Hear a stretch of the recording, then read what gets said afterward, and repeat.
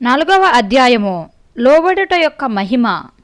నా భర్తకు లోబడుట ప్రభువు నేను చూచునట్లు నా కళ్ళు తెరిచిన 3వ ముఖ్యమైన నియమము.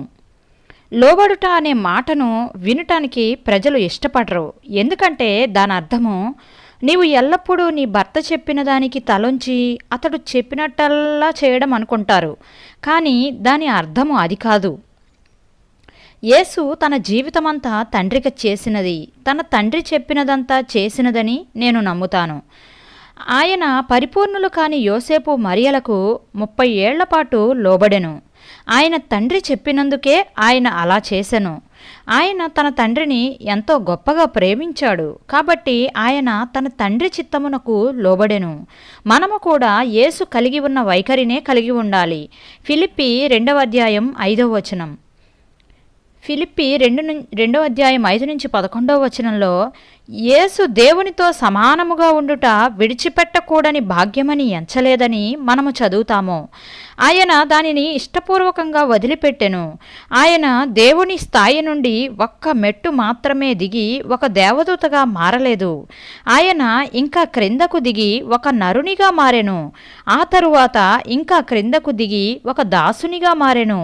ఒక దాసునికి ఏ హక్కులు ఉండవు మరియు అతనికి ఏమి జరిగిననో దానిని ప్రశ్నించలేడు.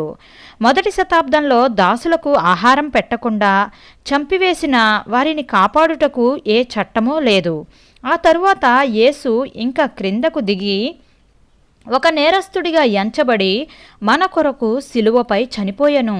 అక్కడ పడిపోయిన మనుష్యులమైన మన కొరకు యేసు యొక్క అద్భుతమైన ప్రేమను మనం చూస్తాము. మన ప్రభువు అలా క్రిందకు దిగివచ్చుటకు నిర్ణయించుకుంటే మనము కూడా మన ఉన్నత స్థానముల నుండి క్రిందకు దిగివచ్చుటకు ఇష్టపడవలెను. యేసు యొక్క మాదిరి నుండి మనము లోబడుటను దీనత్వమును నేర్చుకుంటాము. సాతాను తన గర్వమును బట్టి లోబడనొల్లకపోవుటను బట్టి పరలోకము నుండి త్రోసివేయబడింది. కానీ యేసు తన భూలోక జీవితమంతా చివరకు సిలువపై మరణము పొందునంతగా తన తండ్రికి లోబడి మనల్ని రక్షించెను. ఆ విధంగా తన తండ్రితో నిత్యత్వమంతా మనము సహవాసము కలిగి ఉండుటకు మనకు మార్గము సిద్ధపరిచెను. అది లోబడుటలో ఉన్న శక్తి.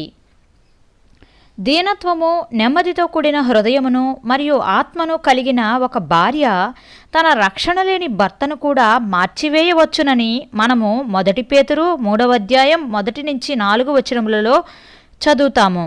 ఒక లోబడే భార్య ద్వారా దేవుడు అద్భుతాలు చేయగలడు. దేవుడు నీకు ఒక మంచి భర్తను ఇచ్చినట్లయితే అప్పుడు అతనికి సంతోషముతో లోబడుట లోకములో అతి సులువైన పనిగా ఉండాలి. లోబడుట అనేది దేవుడు భార్యలైన మనకు ఇచ్చిన ఒక ఆజ్ఞగా మనము చూడవలెను. ఎఫెసీ 5:22. మనము ఆ ఆజ్ఞను దేవుని వాక్యములో చూచినప్పుడు మనము దేవుని భయము గలవారమైతే మనము దేవుణ్ణి ప్రశ్నించకుండా దానిని చేస్తాము. బైబిల్లో ప్రతి ఆజ్ఞ దేవుని నుండి సహాయము పొందగలమనే వాగ్దానంతో వచ్చును. కనుక ఆయన మనకు ఈ విషయంలో కూడా సహాయపడును. అప్పుడు లోబడటం అనేది అంత కష్టమైన విషయం కాదని మనం కనుగొంటాము.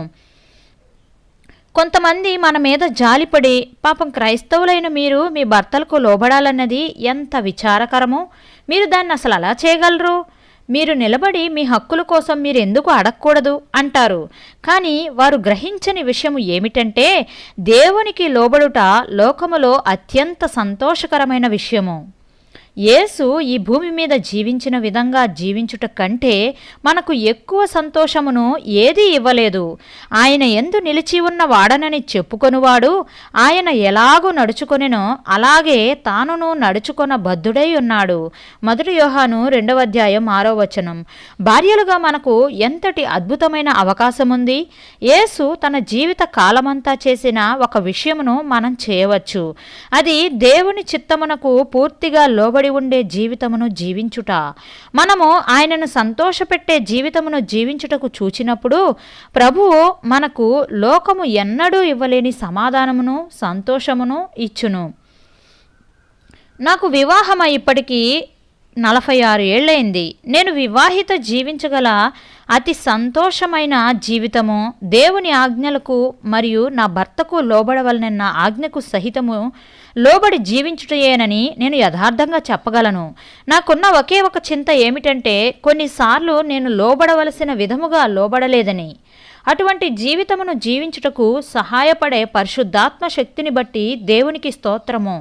మనము జారి పడిపోయినప్పుడు ఆయన మనకు ఇచ్చే క్షమాపణను బట్టి కూడా ప్రభువుకి స్తోత్రము. 1 పేతురు 3వ అధ్యాయం 1 నుంచి 6 వచనములలో తన భర్త అబ్రహామును ప్రభువు నడిపించునని నమ్మిన శారా యొక్క ఉదాహరణను పరిశుద్ధాత్మ మనకిస్తున్నాడు. కాబట్టి ఆమె అతనిని వెంబడించెను. అది ఆమెకు అనేకసార్లు కష్టతరముగా ఉండెను. ఉదాహరణకు అబ్రహాము ఆమెను తన చెల్లెలని చెప్పి ఒక అన్యదేశపు రాజు చేతిలో ఆమె ప్రాణమును అపాయములో పెట్టినప్పుడు దేవుడు ఆమెను కాపాడెను. అదే విధముగా మనల్ని కూడా కాపాడును. తన కుమారుణ్ణి బలిపీఠం పైన అర్పించమని దేవుడు అబ్రహాముతో చెప్పెనని ఆమె తెలుసుకున్నప్పుడు ఆమె దేవుణ్ణి నమ్మకపోయిన ఎడల ఆమెకు అది ఎంత కష్టతరముగా ఉండేది. అబ్రహాము దేవునికి లోబడుట చాలా కష్టంగా ఆమె చేసి ఉండవచ్చు. మనము మన భర్తలకు లోబడినప్పుడు మనము నిజానికి మన భర్తల యొక్క నాయకత్వము ద్వారా ప్రభువు మన కుటుంబమును నడిపించునని ఆయనను మనం నమ్ముతున్నాము. దేవుని అధికార క్రమము 1 కొరింథీ 11వ అధ్యాయం 3వ వచనంలో ఈ విధంగా వర్ణించబడి ఉంది. ప్రతి పురుషునికి శిరస్సు క్రీస్తనియు, స్త్రీకి శిరస్సు పురుషుడనియు, క్రీస్తునకు శిరస్సు దేవుడనియు మీరు తెలుసుకొనవలనని కోరుచున్నాను. తండ్రి మరియు యేసు సమానులైనప్పటికీ యేసు తండ్రికి లోబడుటకు ఎంచుకొనెను. అదేవిధముగా భార్యలమైన మనమును మన భర్తలతో సమానులము అయినప్పటికీ మనము వారి నాయకత్వం క్రింద ఉండుటకు ఎంచుకొందము. ఎందుకంటే ఇది దేవుని క్రమము. మనము దేవుని క్రమమును పాటించినప్పుడు మనము మన గృహములలో దేవుని దీవెనను ఆశించవచ్చు. మనం ఖచ్చితంగా మన అభిప్రాయములను స్పష్టంగా మన భర్తలకు వ్యక్తపరచవచ్చు. కానీ చివరి నిర్ణయం తీసుకునే విషయంలో ప్రభువు మన భర్తలను సరియైన నిర్ణయములు తీసుకున్నట్లు చేయునని మనము నమ్మవలెను. నాకు వేరే అభిప్రాయము ఉన్నప్పటికీ చివరి నిర్ణయం నా భర్తనే నేను తీసుకొనిస్తాను. నా గృహంలో దేవుని క్రమమును నేను గౌరవిస్తానని నా పిల్లలు చూడడం మంచిది.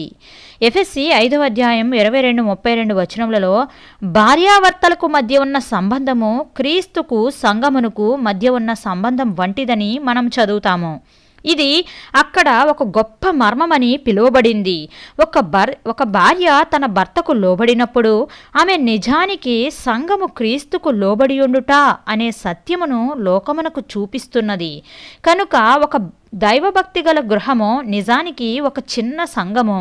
మనము తాజ్మహల్ లేక చార్మినార్ యొక్క చిన్న ప్రతిరూపమును ఎక్కడైనా చూచినప్పుడు ఆ నిర్మాణములు చూచుటకు ఎలా ఉంటాయో చూడవచ్చు. అప్పుడు ఆ నిర్మాణములను వెళ్ళి చూడాలి అన్న ఆశను మనం కలిగి ఉండవచ్చు. అదేవిధంగా మన గృహ జీవితము ప్రజలను సంగమనకు ఆకర్షించవలెను.